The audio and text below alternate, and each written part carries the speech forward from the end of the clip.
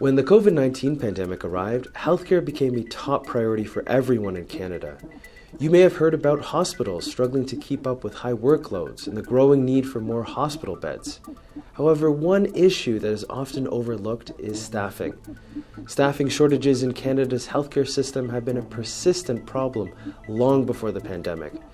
Unfortunately, the pandemic exacerbated this issue as many healthcare workers went on sick leave or left the profession altogether due to increased demands, leaving those who remained more vulnerable.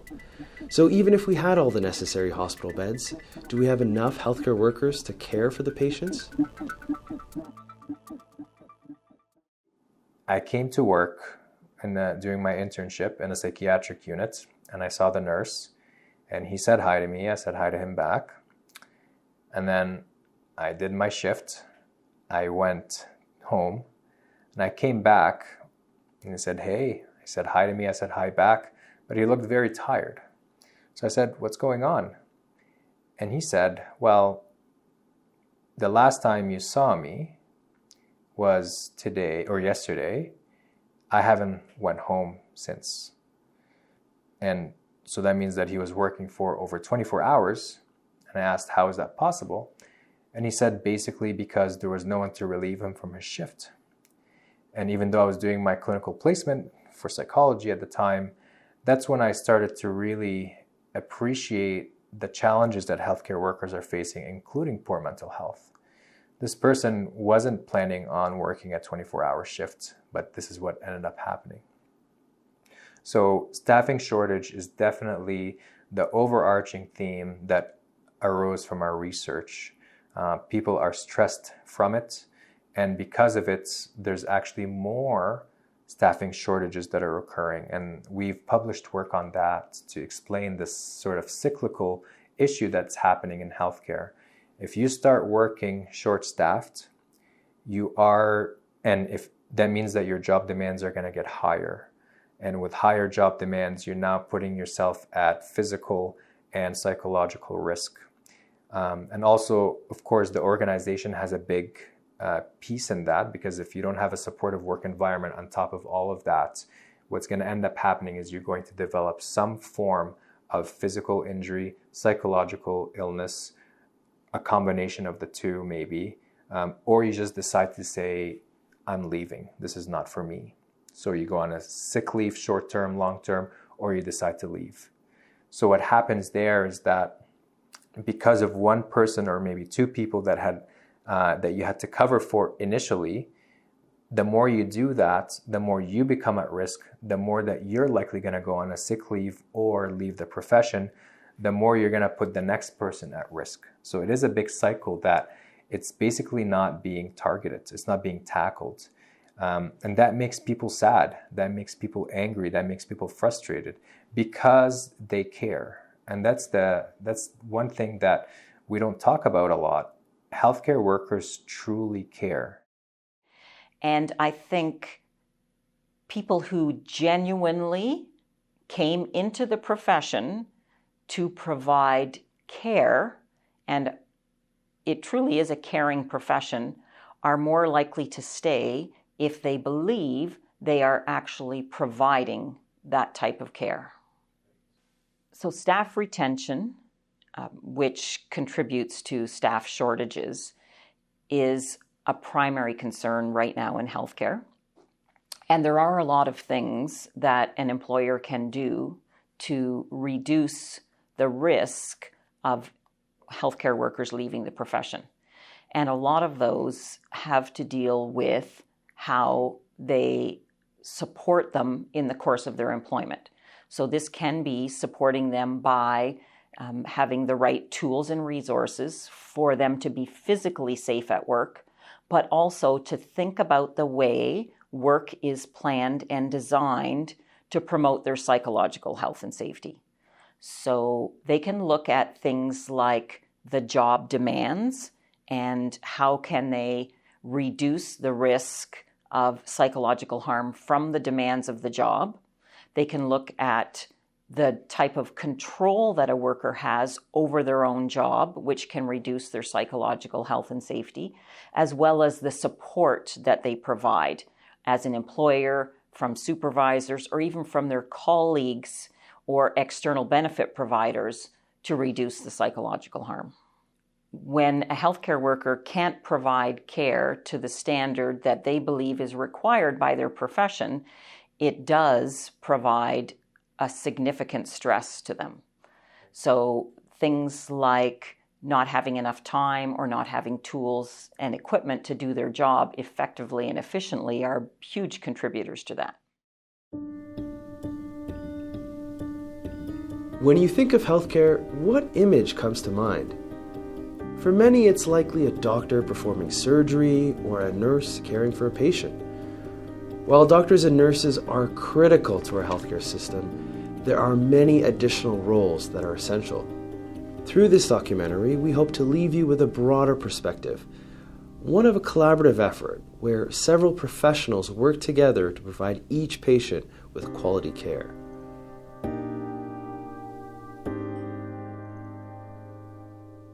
I think it's important that there is an understanding that lab professionals exist. So one of the hardest things for the public to understand is when they enter a hospital, they'll usually react to who they see. So it's a doctor or a nurse is someone they can actually see and talk to. But when you get a lab test done, it goes back into the lab, which is usually behind closed doors. And so this is a group of people that many people never see. They may see the lab assistant, who would be someone that would come to your bedside and draw your blood, but the lab technologist is someone no one ever sees. The government in Ontario has actually done a really good job in the last several years of finally investing in lab. There has been historic investment in lab over the last 24 months. Additional programs in the province have actually added seats. We've had several new programs open up. But what we're finding is when you train as an MLT, you need to go into the hospital to do an internship. And when you're short-staffed, you can't pull from your existing staff to train students. So we're asking the ministry now to look at funding placements. So could they put a preceptor in the way nursing does in order to train students? I think one thing to remember is that when a person is born to when a person dies, everything that happens in their lifetime requires laboratory testing. So when you're born, you determine if you're having a baby, if you're pregnant. When you die, there's testing done at that point. And I think it's important to understand that lab is part of healthcare. Healthcare cannot function if there isn't a lab. So you can't have a hospital without a lab. You can't have a cancer center without a lab.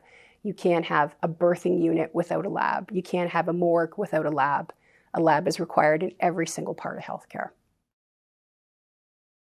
I do think everything starts from the laboratory. Every blood that we get, or like patients dealing with like massive bleed, or like patient that comes in with like trauma, before they do anything to the patient, they send us samples, and the results that we give to them is that that's the basis of what they act upon as to what to do with the patient. So I think we are like the core and like the foundation with dealing with patients, even though we don't like interact with them directly. And that's the reason why I love this job, because I'm able to help people without even seeing them. There are some instances whenever I talk to people, or like people I just meet randomly throughout the month, the week, and they ask me, oh, what's your job? And then I'm like, oh, I'm an MLT. And then they're like, I'm sorry, what's that? So I like people to know more that there's more to doctors and nurses at the hospitals. Like there's also technologists such as us, people in the diagnostic imaging, like our x-ray techs, rad techs, respiratory therapists, and so on. So I want people to recognize that there's more to a hospital.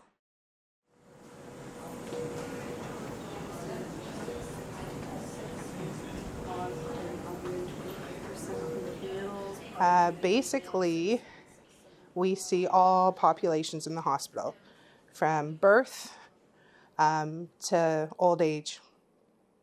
You will find us mostly in the ICU. usually, with anybody that is on a breathing machine. That can be invasively or non-invasively. But you will also see us in the emerge. Basically anybody who is in distress with their breathing, we are there. So as RTs here, there is only 2 of us. So we have to be able to communicate very well with your partner that you're on throughout the day to be able to respond to these situations, because that is where we shine. Through COVID, it was very difficult.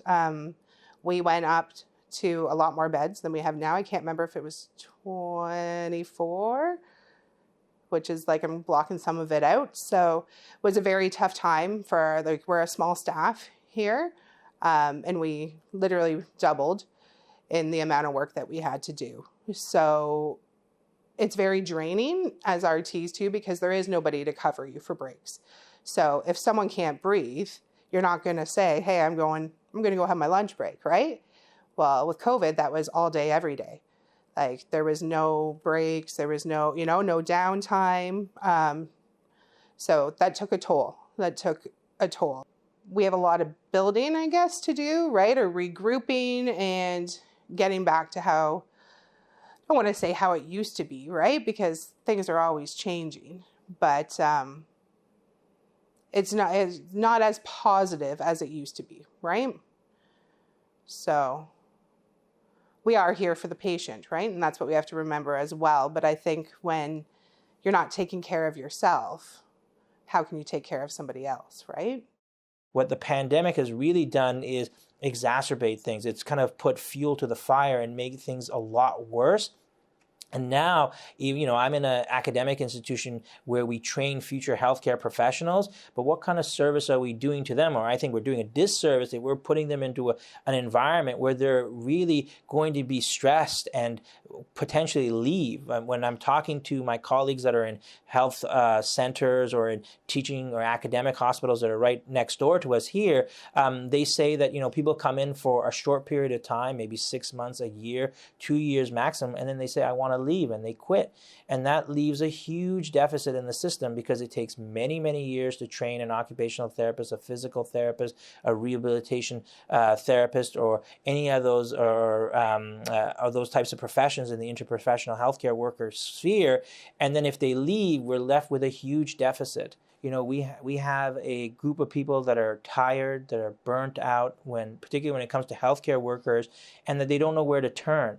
And those that are there left to pick up the pieces feel like they are having to handle more than they can basically put on their plate, and it's creating even a worse mess and a worse system from a health delivery and a health human resources and a health services perspective. So I think the situation is not getting better, and that's not just from the research that I'm doing or others are doing. A couple of years ago, the Surgeon General in the U.S. released a report that stated that the health human resources crisis and burnout was top in terms of a priority that needed to be addressed by the U.S. government. And that's unprecedented. It's something like that has never been discussed, to having burnout being a top health priority, because they also recognize that this is not something that's isolated to Ontario, Toronto, or the areas around here, but rather it's a global issue, and that we have to be able to really look and recognize how we can intervene to support our healthcare workers,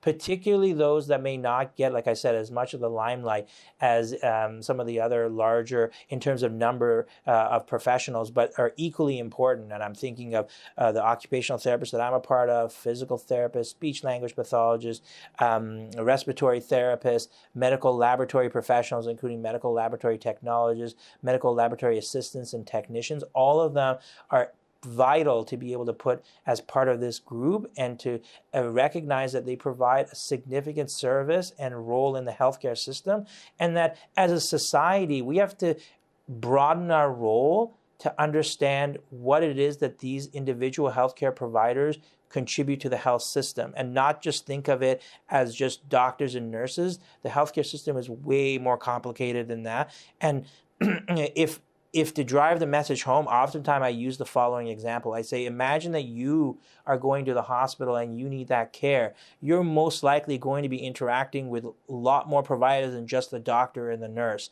There's going to be people that are going to be running diagnostic tests for you, like the medical laboratory technologists. There's going to be people that are going to help you get out of bed and get you to do the activities that you need to and want to do. There's going to be people that are going to support you so you can walk from point A to point B.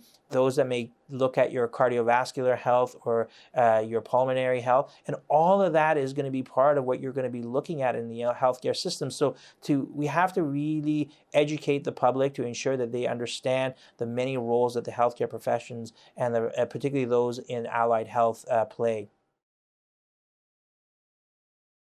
So I think one basic thing is that a lot of people don't realize that there are pharmacists in the hospital.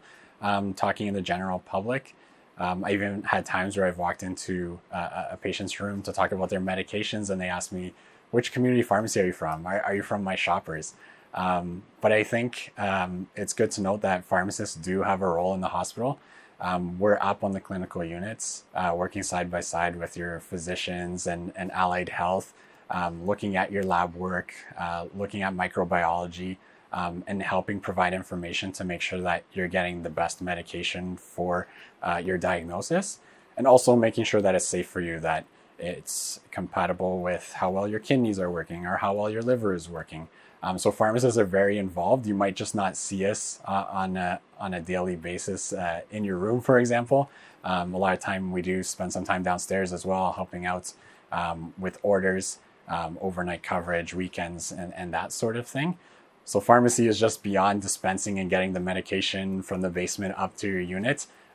There's a lot of clinical happening, and there's a lot of pharmacists in your hospital working behind the scenes. Which brings me to the other point about pharmacy is great. There's so many different areas you can work in. Even within hospital, I've worked on the front line. I'm now in a project management position. Now I get to work with automation and technology. Even outside of the hospital, you can work in business, you can work for drug companies, you can work for the governments, you can work for insurance.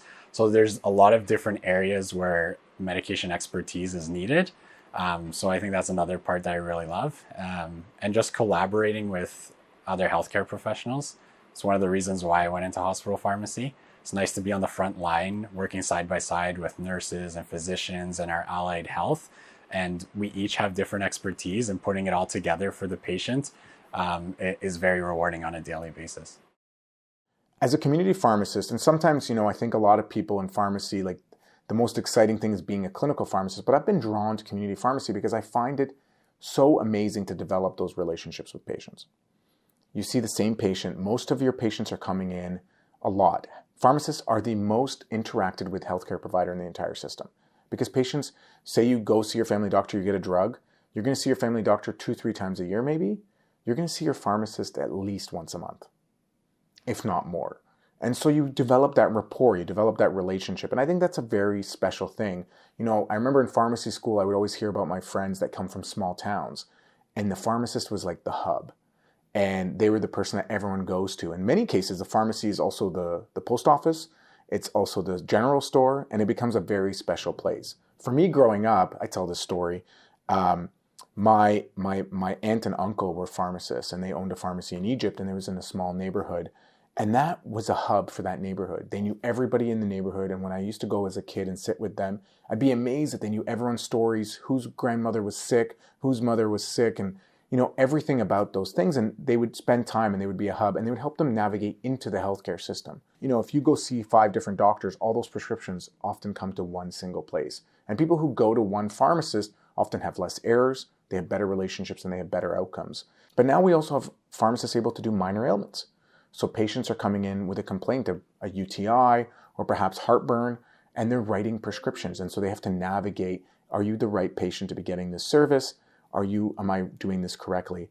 And then there's a whole bunch of other services that are also popping up. So I think the biggest stressor that's been happening is, as exciting as pharmacy is, they're getting asked to do more at the same level of workload.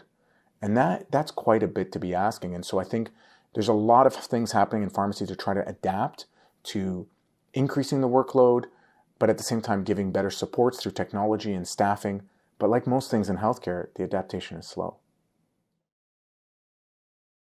A lot of this job is about relationships with other people. So whether it's my colleagues on my team or my colleagues on the bigger team, the actual frontline care providers, the nurses, the doctors, PSWs, all the allied health professionals, those relationships are really important and keep me coming back. If it wasn't for the people, I think I probably would have thrown in the towel long ago. Like pre-pandemic would have been a great time to say goodbye. Because the pandemic really pushed everybody, I think, to the brink of I'm not sure. Oh, it affected everything, right? So whether we're talking about personal protective equipment or we're talking about the vaccine, the extreme amount of fear that people felt really was there isn't anything else I can actually say. It's like this experience. There's nothing like it in my experience. So, keeping in mind always for me that, I'm part of a team. I am one part of a much bigger team, and we can collaboratively prevent these things from happening. And once in a while they will happen, and we'll have to do the best we can to contain it and keep it as small as possible as we, move forward. I really would love people to know that, like, as much as I exist in this role to sort of enforce and to double check and to make sure that everything in the world of infection control is right, or as right as it can be, the very kernel of all those things that I do is really about care. Like, I super care. And I know that the colleagues on my small team who work with me really care. And we really want everyone to be as healthy as they can be. That's great. These are just a few of the many unsung heroes who contribute to your care. We hope this documentary has given you a deeper appreciation for the complexity involved in delivering quality healthcare. So the next time you're in a healthcare facility, take a moment to say thank you. While you may have waited for a service, remember that behind the scenes, countless dedicated healthcare professionals are working tirelessly to keep you safe and well. Their commitment often goes unnoticed, but it makes all the difference. So to each and every worker in our healthcare system, thank you. Thank you. #MedLab thanks. Thank you very much. Thank you, healthcare workers. Thank you.